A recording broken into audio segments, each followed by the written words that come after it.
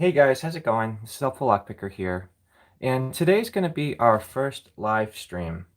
This is going to be pretty cool to do because one, I have a new phone, so I'm wondering what the quality is going to be like. And two, it's not something that I do very often. The first time I did one of these live streams, the quality just came out quite poorly.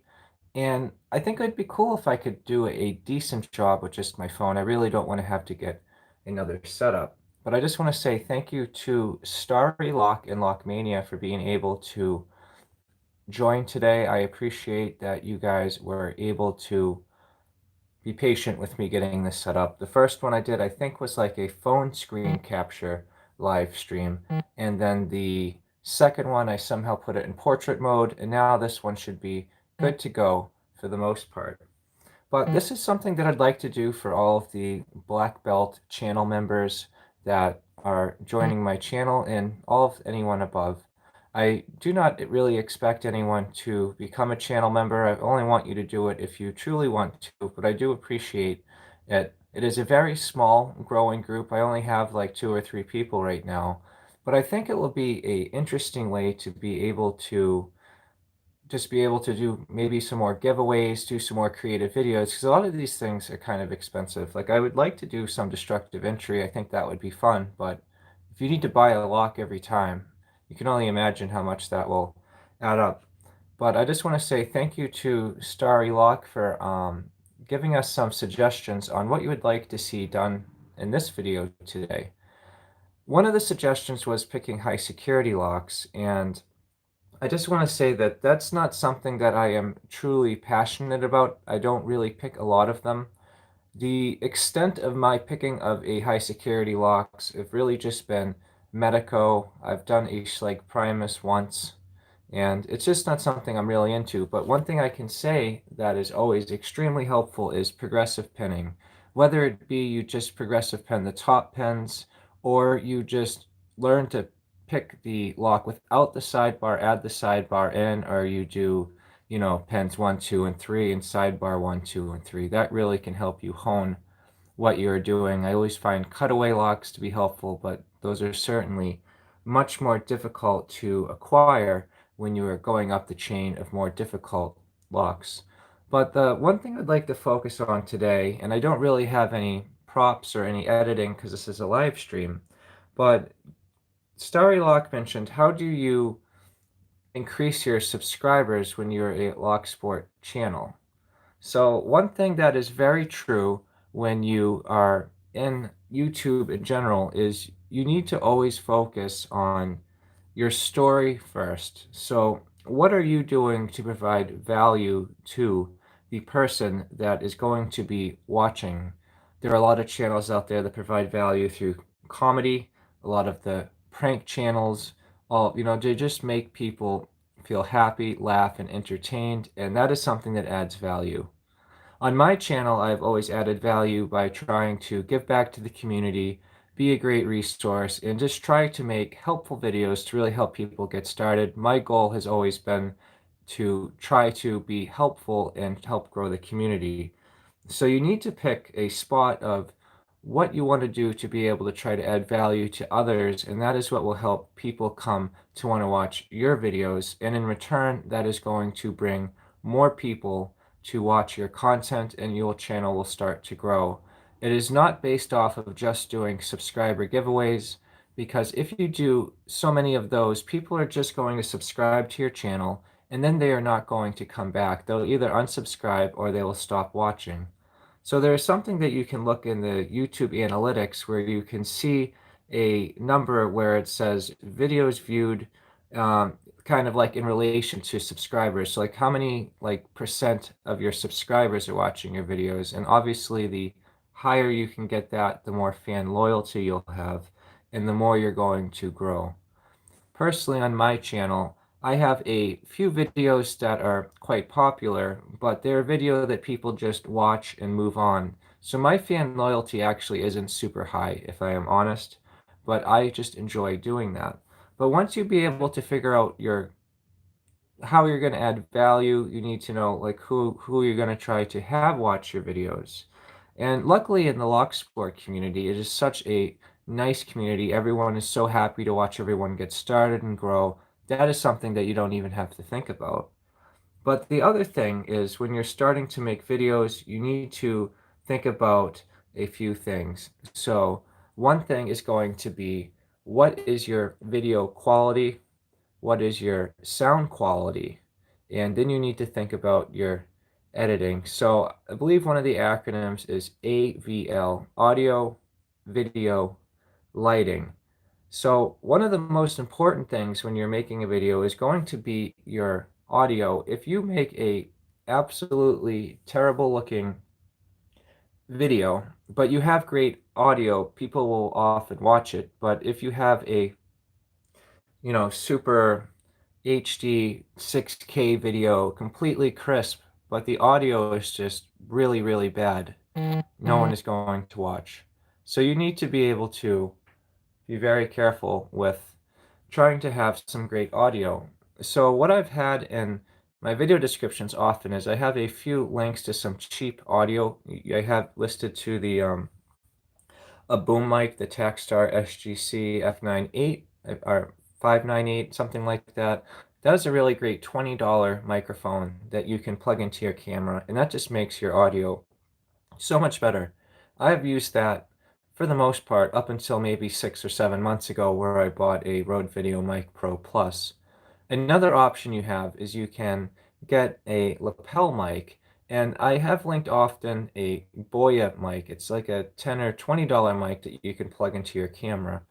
Right now, for just out of curiosity's sake, I am doing my filming on my phone, and I do not have an external mic plugged in because I just want to see how it comes out.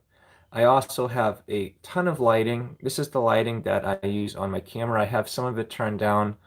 I didn't really adjust for exposure, but I'm just going to see how it comes out. Whenever I film my videos, I don't know if you have the setting on your camera, but you can often adjust for white balance. So on my camera, I always take a picture of this white card, and then you can have the camera automatically adjust the white balance so it's perfect every time. And then on the back, you have a gray card, and you're going to target your camera right on here, and then that will get you the exposure setting you need, and then you just lock that in. When you're trying to film a video, depends on what you have for manual settings. I use a DSLR camera so I can control everything. You want to try to get that ISO setting down as low as possible. And if you are using a DSLR camera, they have much larger sensors, and you have the ability to have interchangeable lens with different apertures. So a lot of people, when they get into video, they really obsess with over the large aperture cameras where you can do an f-stop of like 1.8. But when we're filming lock sport, it is kind of like a macro shot. You need the fine details. We're very zoomed in. If I had a low or wide open aperture, just my pick would be in focus, the background would be out of focus, the foreground would be out of focus. So I always film at a very high f-stop. So if f1.8 gives you a shallow depth of field where everything's out of focus but what you're focused on, I usually film about f11 to keep the whole frame in focus. If you use a cell phone or a video camera, um, those have smaller sensors, so they kind of have that effect where everything's in focus all the time. And then lighting wise, all I have for lighting really is just these like corncob LED bulbs, and they just throw a bunch of light. They are 5500 Kelvin, so they are just right in the middle of the light balance. That mimics daylight, and that just makes it so much easier. You want to have all your bulbs right around the same Kelvin. I recommend 5500, and that will give you the best, easiest white balance. And then I have a few of these newer LED lights, which I usually have linked in the description below in my videos. And I just have one on a tripod and one on top of my camera, and I just turn them up as I need to be able to get my lighting to where I need to be. But just to try to answer the question, I know I'm kind of, going off on a little tangent, is that when you are getting into YouTube, the most important thing you need is your story. Give people a reason why they want to watch and try to make it as entertaining as possible. And then when it comes to production, your sound is always going to be your most important thing. lighting is going to be the second most important thing, and then your camera will be the third most important thing. You can have a terrible camera and great lighting and have it come out looking good, but you can have a great camera and poor lighting and it can come out terrible. You also want to try to always, frame your scene. I usually just use this mat here, but just anything, just so you know, like the boundaries of where you're filming. And you always want to have an angle that makes sense. I don't really like the angle I have set up right now since I'm left-handed, but I just sort of put this together just for right now because this is kind of like a little practice pilot video. And I really hope to do more of these and be able to increase my quality as time goes along. I think this is a really cool thing to do for the channel members. I'd really love to be able to answer people's questions, show them things that they may need further clarification on. I think it'll be a really cool thing to grow. The only difficult thing for me doing this is that my son's 4 months old, and when I am home, I am watching him. So if he's not asleep, it's hard to film a live stream because I don't think anyone would want to hear a baby crying in the background, and I'd obviously have to tend to his needs. So this is really all that I have right now. I just want to say thank you to Starry Lock and Legal Lock Picker for coming in. I apologize if I called Legal Lock Picker Lockmania in the beginning. I didn't mean to do that. But I just hope that this video is somewhat helpful and interesting. This is really all I have to say. I don't know if anyone would like to share anything in the comments that I could touch on right now, but that's really all I have at the moment. So I'll give this a second here and see if anyone's able to share anything right now. But all right, guys. So I was gonna say, I think this is pretty much all I have for today. I will try to work with everyone to find a better setup for frequency on how often you would like to do these, when you'd like to do these, and I really don't have a lot of channel members, so like I just feel bad just posting this video just out of nowhere and no one would watch it. I'd like to be able to do this at a time that's convenient for everyone. But that is all I have. So thank you guys for all the support. I really appreciate everyone just making this such a fun channel to run, and just I really hope to keep doing it for a long time. I do have some challenges in my own life doing this, having a young son going to school full time, but I do not plan to go anywhere. But I really hope everyone has a great rest of their day. And I look forward to seeing you guys in the next live stream and in the comment section of my videos. Thank you so much. And I hope you all have a great day.